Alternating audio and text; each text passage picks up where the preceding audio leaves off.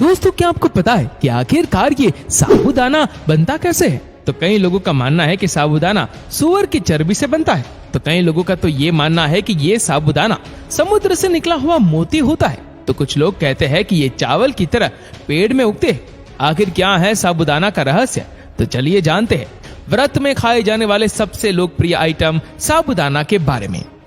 आज हम बात करेंगे इस गोल मटोल से दिखने वाले सफेद मोती के बारे में, जो भारत में साबूदाना के नाम से जाना जाता है और भारत के लोग इसे खाना खूब पसंद करते हैं। कुछ लोग इसे नाश्ते में खाना पसंद करते हैं, तो वहीं कुछ लोग इसका घोल बनाकर इसे पीते हैं। साबूदाना हमारे हेल्थ के लिए किसी दवाई से कम नहीं होता है।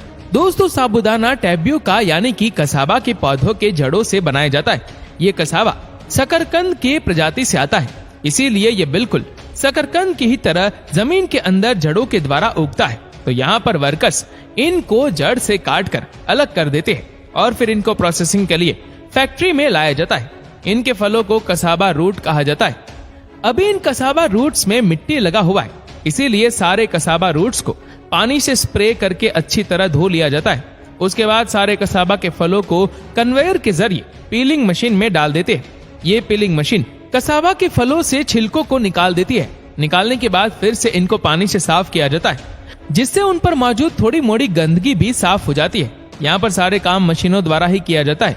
धो लेने के बाद इनका रंग बिल्कुल दूधिया सफेद हो जाता है और कई इलाकों में तो ये सब काम हाथों से भी किया जाता है।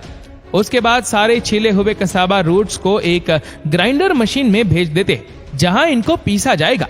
ग्राइंड करते समय इनमें खास तरह के केमिकल्स को भी मिलाया जाता है। ग्राइंड होने के बाद ये दूधिया रंग के रूप में देखा जाता है। इसके पेस्ट में स्टार्च और फाइबर भारी मात्रा में मौजूद होता है, जो कि हमारे हेल्थ के लिए अच्छा नहीं होता है। इसीलिए उनसे सारे शुद्ध स्टार्च और फाइबर को फिल्टरों की मदद से अलग कर लिया जाता है, या कहे तो रिफाइन कर लिया जाता है।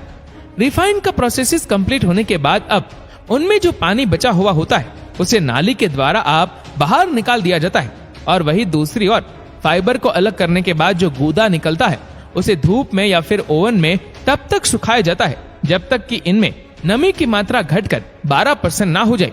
सूखने के बाद कस्बा का पाउडर बड़े बड़े चट्टानों के आकार में बदल जाता है। इसीलिए अब इनको फिर से मील में ग्राइंड किया जाता है, यानी कि पीसा जाता है। दोस्तों ग्राइंड होने के बाद ये आरा लोट में बदल जाता है। वैसे आरा लोट का यूज क्या होता है ये तो आपको पता है। तो लास्ट में आरा लोट को साबूदाना का आकार दिया जाएगा, जिसके लिए आरा लोट को इस मशीन में डाल दिया जाता है। ये मशीन सारे आटा लोट को 1 mm से 7 mm के गोल आकार में बदल देता है। तो ऐसे ही तैयार हो जाता है साबूदाना।